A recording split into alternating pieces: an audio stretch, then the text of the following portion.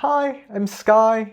It's spooky season. What's better is to talk about some horror films while making some finger cookies. So give some warning here. I'm more of a movie guy than a baking guy, so if there's anything that I've done wrong with baking wise, just yell at me at the comments.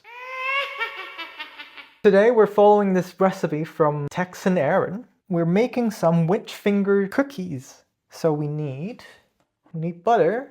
We have some powdered sugar, apparently the same thing as icing sugar, flour, an egg, vanilla extract and almond extract, almonds, and some jam, which is in the fridge. So first things first, we're mixing the butter and icing sugar together. So as I'm doing that, I kind of want to talk about where Cannibal films comes from. It started from some Italian weirdos. The most famous one is Cannibal Holocaust. Basically, a Blair Witch project from the 1980s. A bunch of Americans go into a forest and film something. Those films portrays cannibals as really nomadic people. They're crazy, they're in the Amazon. That type of cannibals kind of disappeared over time. It's racist. Over the years we have Silence of the Lamb. We have Hannibal Lecter, which is stoic, more smart, mysterious type of character. And you look into their psychology a little bit more. But further away from that is Claire Denis Trouble Every Day, and most recently, Luca Guadagnino's Bones and All. So those two films, mixing the ideas of romance and cannibals together, makes cannibals even more human. So what's really scary about those two films is that they're set in normal places. Trouble Every Day is just in Paris. Luca kind of did it in rural America. So these are spaces that we live in. It's like cannibals are around us. It's not like they're out in a remote forest. It's not like they're in a mental asylum. They are just people. They can be around you. They can be looking at you at any second.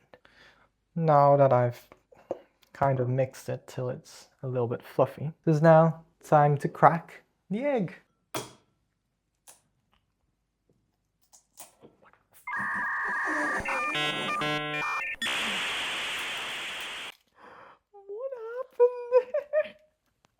That was awful. Okay, that was awful. I don't know what happened today. I'm beating the egg now with chopsticks.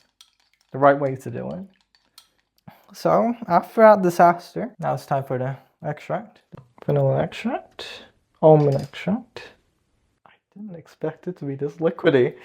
Now we add the egg and the extracts in here. We mix it again. So as I'm doing this, I kind of want to talk about how both Claire Denis and Luca Guadagnino kind of understands the way of looking. They use point of views and kind of over-the-shoulder shots to kind of establish the hierarchy of looking.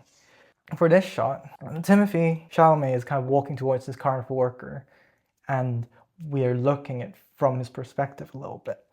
And it's establishing the relationship between a predator and a prey. Claire Denis also added these very interesting insert shots of Christelle, even when Dr. Brown, he's not looking at her. She's positioning us as viewers as a predator.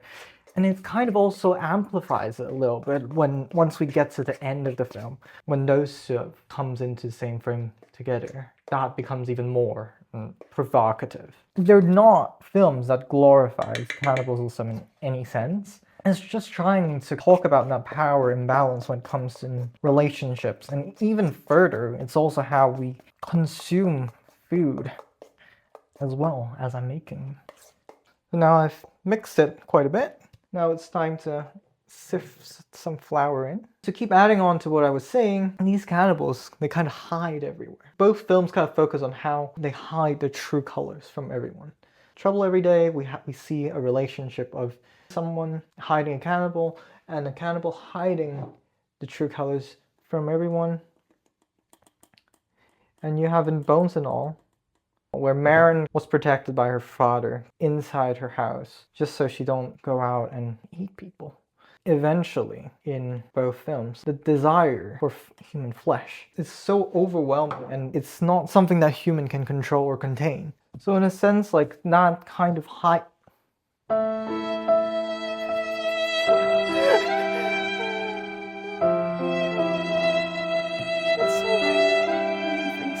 film. Those characters, they're different, they're othered, and they're being told to hide who they are. Both films gives a sense of sympathy to them by showing the struggle they have when they hide their true nature from everyone else. So now it's looking quite good. It's time to put it in the fridge.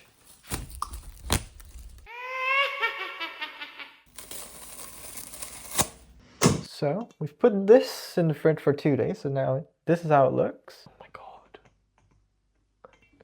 Now it's way more hard than it was before. So I think I'm supposed to roll in the ball and then roll it.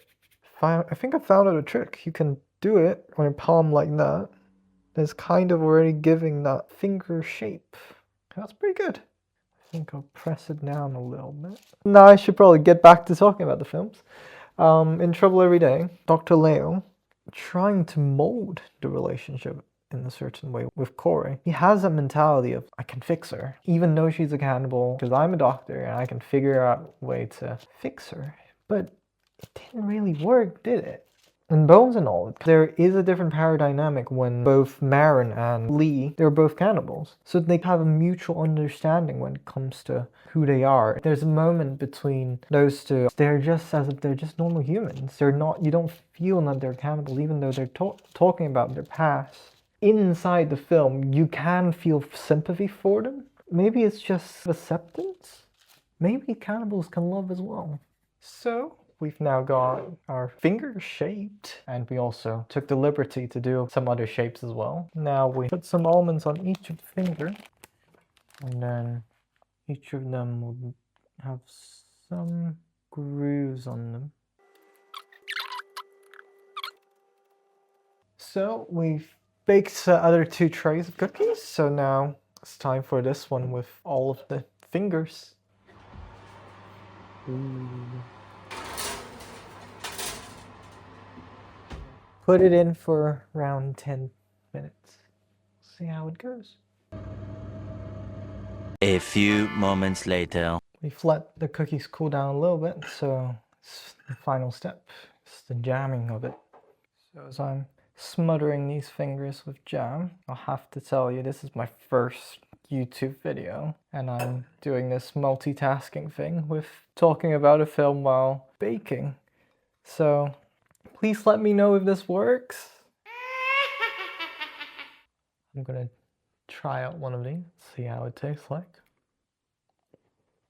Well, it's not bad. Final verdict, I think they taste okay, but it's a bit too almondy. If anyone trying to make this, half the almond extract. Hope you enjoyed this video. Thanks for making this far into the video. Like and subscribe. I have many more ideas coming to this YouTube channel later. So see you in the next video. Bye!